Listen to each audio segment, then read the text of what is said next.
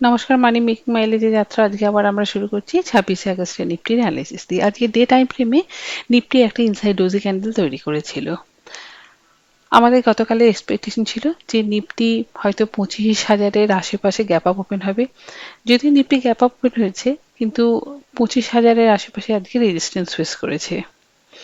আজকে মার্কেটে মুডই ছিল মোটামুটি ওয়েট অ্যান্ড ওয়াচ। ধরে নেওয়া যেতে পারে যে আগামীকাল এই ইনসাইড ক্যান্ডেলের যেদিক দিয়ে ব্রেক করবে সেদিকেরই কন্টিনিউয়েশন হতে পারে। যদি বা বাই বা সেল যাই করা হোক না কেন, অন্তত দুটো 15 মিনিটের ক্যান্ডেলের কনফার্মেশন অবশ্যই যেন নেওয়া উচিত বলেই আমার মনে হয়।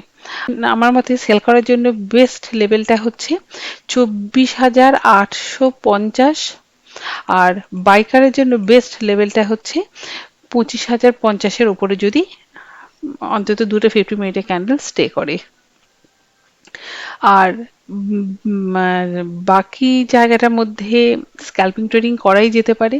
এই জায়গাটা নিয়ে তো এইভাবে আগে থেকে কিছু বলা যায় না, তবে যতদিন না পর্যন্ত ইন্ডেক্স কোনো একটা প্রপার ডিরেকশন পাচ্ছে, তার আগে পর্যন্ত ইন্ডেক্সে কাজ করতে গেলে আমার মতে হেজ করে কাজ করাটাই উচিত। এতে আমাদের একটু প্রোটেকশনও হবে আর লসটাও একটু প্রোটেক্টেড হবে।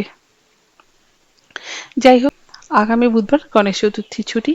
আপনাদের সবাইকে আগাম শুভেচ্ছা জানাচ্ছি।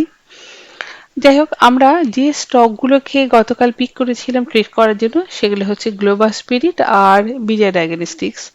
বিজয় ডায়াগনস্টিক্সের আমাদের প্রথমেই এন্ট্রিটা হয়ে গিয়েছিল, আর সেখান থেকে আমরা একটা ছোট র্যালিও দেখতে পাই, আর আমাদের টার্গেটটা মোটামুটি অ্যাচিভ করে যায়। বিজয় ডায়াগনস্টিক্সে ঠিকঠাক কাজ হয়েছিল। আর দ্বিতীয় স্টকটা ছিল গ্লোবাল স্পিরিট। গ্লোবাল স্পিরিটে আমাদের কোনো কাজ হয়নি।